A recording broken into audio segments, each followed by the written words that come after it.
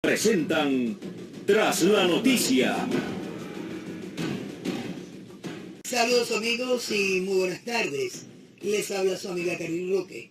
Bienvenidos a una nueva edición de Tras la Noticia para hoy, día 27 de junio, por todas las plataformas de Radio Televisión Martí, así como Facebook Live. Dándole la bienvenida a toda la audiencia, en especial a quienes nos sintonizan dentro de Cuba. El ingeniero de sonido y a cargo de Abra, Richie Chin, Richie Pérez, bendiciones, y nuestro productor Miguel Sánchez. Hoy tocaremos el tema de las propiedades confiscadas que se ha destapado luego de la campaña de Yo No Coopero de la Asamblea de la Resistencia en Cuba y que diera a conocer cómo la dictadura castrista cubana utiliza puertos confiscados a legítimos propietarios. Y también un prominente hombre de negocios desde España reclama las propiedades que en Cuba son usufructuadas para ganancia de los militares de Gaesa. Me acompañará en el estudio el politólogo y director de Patria de Martí, don Julio Schilling, quien nos dará sus criterios al respecto. Y también iremos a Nicaragua con nuestro colega Tomasito Regalado, que sigue creciendo el número de víctimas en esa desigual pero valiente batalla que están llevando adelante los ciudadanos en contra de Ortega y Murillo. Pero antes tengo a Hildo Lidia Daria con lo que pasa en las redes. Lo que pasa en las redes, y atención en Contramaestre. Idael Aguilar, un señor que vive en Contramaestre, nos hizo llegar un video. Hoy no tenemos imágenes porque él nos envió un video, pero él nos pidió denunciar una situación espantosa que está ocurriendo en el hospital de Contramaestre, y por eso estamos dando cuenta hoy en este segmento de Cuba en las redes, detrás de la noticia, que tenemos en el día de hoy las declaraciones de este hombre, Idael Aguilar, que denuncia cuestiones muy fuertes de la falta de atención y la negligencia médica. Las personas que quieran estar al tanto nos pueden seguir en los noticieros de las próximas horas para que tengan más detalles. Pues muy bien, muchísimas gracias, don Lidia. Eso me parece que es una muy importante labor de que utilicen las redes sociales para enviar videos, para enviar fotografías, así como para enviar cualquier tipo de denuncia, fotos de represores, en fin. Yo creo que es bien importante todo Claro, y eso. antes de irme, quiero decir que este hombre, cuando llegó al hospital con un brazo fracturado y no había médico, sacó su teléfono celular, empezó a grabar y dijo que lo iba a poner en las redes sociales. Y apareció el médico. Claro.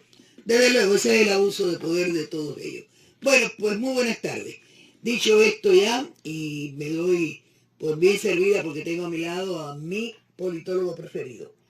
Don Julio Schilling, buenas tardes, bienvenido a Tras la Noticia. Buenas tardes, querida Cari. Siempre un placer de estar contigo en esta brava trinchera por la libertad de Cuba. Vamos a escuchar, y te invito a que te pongas los audífonos, porque tenemos ya desde Nicaragua a nuestro querido colega Tomasito Regalado.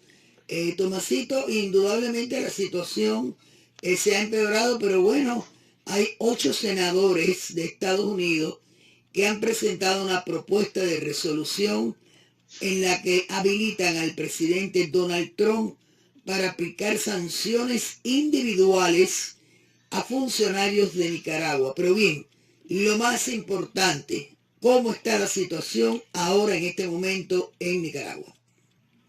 Cari, muy buenas tardes para ti, muy buenas tardes para todos los radioescuchas de tu programa Tras la Noticia. Para decirte que ahora mismo nos encontramos en lo que antes era la zona turística aquí a todo dar de Managua, Nicaragua, cerca del lago de Managua, en Salvador Allende. Cari, esto está muy cerca de la catedral y muy cerca del Museo de Juan Pablo II y también muy cerca del Palacio Presidencial. Esto antes eran cientos y miles de personas, te lo digo que podemos contar las personas que se encuentran aquí con una mano. Pero aparte de ahí, estamos en una situación un poco precaria, ya que hay varias organizaciones no gubernamentales que se encuentran ahora mismo aquí dentro de Managua. La Comisión Interamericana de Derechos Humanos le pidió hoy al gobierno de Daniel Ortega a que cese la violencia contra la población, y también otras organizaciones le han pedido a Ortega también que de los jueces a llevar a cabo investigaciones sobre los crímenes cometidos durante los más de 2 meses de situación. Por otra parte, la CIP presentó el reporte en donde están hablando de las amenazas contra la libertad de prensa y el ejercicio del periodismo. Y la Asociación Nicaragüense Pro Derechos Humanos dio a conocer ayer un informe en donde marcaban ya 285 muertos desde el 18 de abril hasta el 25 de junio. ¡Qué horror! ¡Qué horror! Las cosas, no te voy a mentir, ya hemos pasado un susto en donde ayer un mortero aterrizó a 3 pies de donde estaba yo.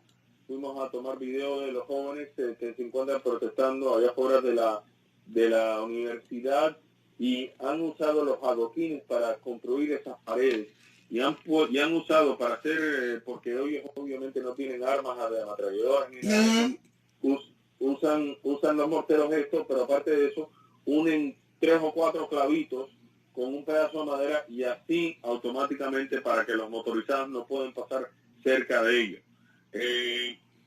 Tuvimos la oportunidad de hablar hoy con un colega de nosotros, Gustav, que es el director de noticias de NTN 24. Él fue hoy a Masaya y dice que es una cosa de horror y misterio allá también.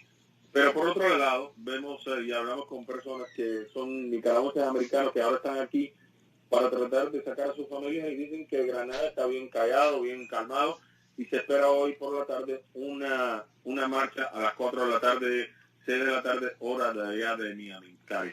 Bueno, pues indudablemente vamos a ver si esta situación logran, pero fíjate, hay temor en la población, están logrando infundirle el pánico a la población porque la Central de Inmigración y Extranjería de Costa Rica no está dando abasto para la cantidad de personas que están huyendo. Y precisamente ahí es donde está el punto fundamental, Tomás, que todos estos dictadores crean el terrorismo estatal para de esa manera poder paliar las crisis y que las personas se vayan, los inconformes se vayan. Te doy las gracias, cuídate mucho, un saludo bien grande, un abrazo a Rodolfo y bueno, cuídate mucho, ¿ok?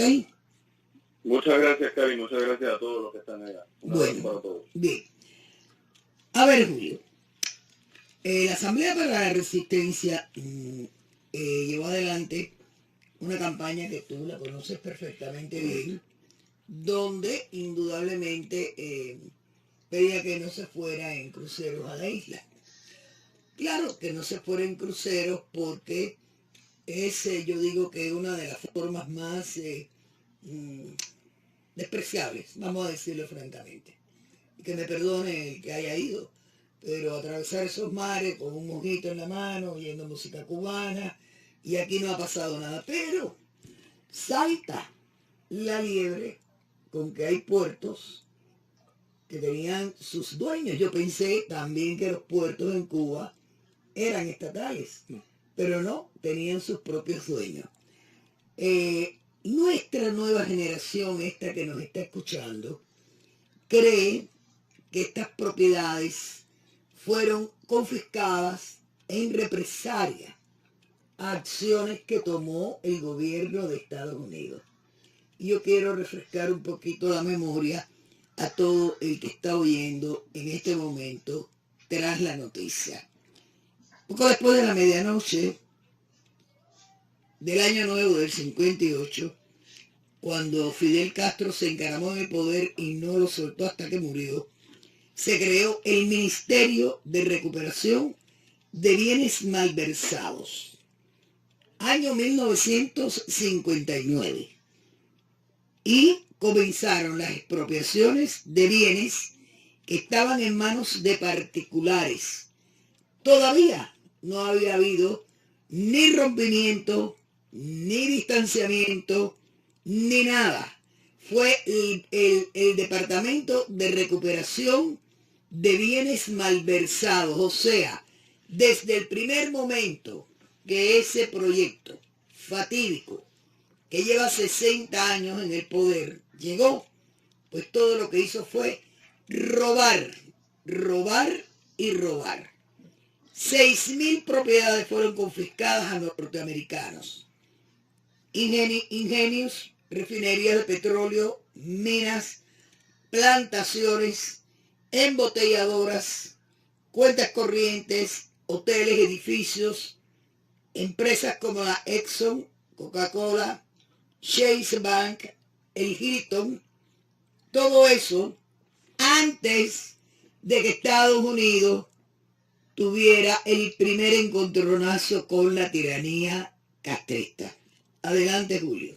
Mira, tal cual como tú lo has descrito. Y hay que entender, mira, y esos 6.000 empresas, individuos estadounidenses, en dinero de ellos representa 8.000 millones de dólares en valor de propiedad. La nacionalización, ¿no, verdad?, es una vía válida siempre y cuando se vaya a recompensar a los dueños. En otras palabras, a través de la historia, particularmente la historia moderna, pues hay gobiernos que llegan al poder y nacionalizan determinadas industrias y recompensan a esos dueños por medio de mecanismos internacionalmente reconocidos y respetados para darle una justa recompensa por esa decisión de nacionalizar una industria. Bueno, creo que cuando se restablecieron las relaciones con China, la China le pagó a Estados Unidos por compensación por propiedades que habían sido expropiadas. Es que es un mínimo esfuerzo, o sea, cuando no se recompensa, pues es robo a lo descarado. Así es. Y en el caso de Cuba comunista, la confiscación de la propiedad estadounidense en Cuba representa el mayor saqueo de propiedad norteamericana en la historia. En otras palabras, no ha habido ningún otro ejemplo como el caso de Cuba en el robo de propiedad estadounidense. Y hay que entender que muchas de estas propiedades fueron personas y estadounidenses que fueron, o sea, a Cuba, que vivieron en Cuba, que querían a Cuba como su segunda patria.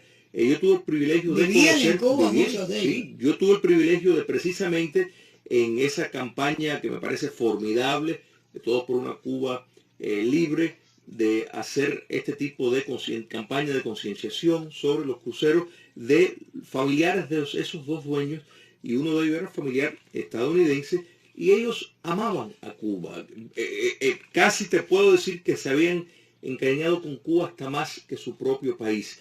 Fueron laboriosos con Cuba, ayudaron al crecimiento de Cuba, o sea, fueron allá en aras de construir un país, le dieron trabajo a cubanos que ganaban sueldos dignos, habían sindicales, o sea que Cuba operaba con ese empresario de manera formidable. Y lo que hemos visto es este robo a mano armada, que es inaceptable que los Estados Unidos haya, la administración previa de Barack Obama, que haya tenido esa cercanía, que haya aceptado reanudar las relaciones diplomáticas, y que esto no haya sido un tema fundamental, porque ¿cómo podemos hablar de respeto a la ley si te han robado? Si te han robado, y no robado poco, robado mucho, y que después tú estés comercializando con lo que te robaste, que estás lucrando con estructuras que fueron hechas con el sudor de tus ciudadanos. Eso es inaceptable, y sin embargo la administración previa no ha hecho absolutamente nada, y esto es uno de los puntos que confiamos que esta administración actual, pues en determinado momento enfrente a el castrocomunismo. Pero bueno, hay ley, hay una ley. Esa es la ley de Helberton. Correcto. Hay un capítulo, y vamos por arribita para que se sepa que nada de esto había ocurrido. O sea, cuando yo voy a hablar de las propiedades que fueron confiscadas, estoy hablando de que no fueron en el 62, no. Fue en el mismo año en que se creó el Ministerio de Bienes Malversados. O sea, señores, este señor nació en Cuba. Este señor, que no quiero decir su nombre, Fidel Castro, sabía que Cuba tenía inversionistas extranjeros, sabía, por ejemplo, que la fábrica de cemento del Mariel era una fábrica que era de Lone Star Industries de Connecticut. Sabía que había, pues, por ejemplo, la Compañía Cubana de Electricidad, era una empresa que llevaba el nombre de la Compañía Cubana de Electricidad, pero una empresa en conjunto con la compañía eléctrica de Estados Unidos.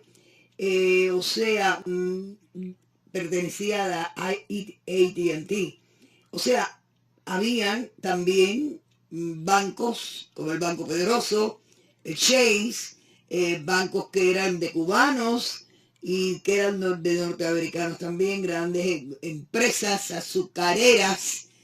Todo eso lo sabía Fidel Castro y toda su pandilla de ladrones, pero creó desde el primer momento el Ministerio de Bienes Malversados porque era de la única forma que él podía apoderarse del país, era robando la fortuna del país, dejando a los propietarios en un centavo.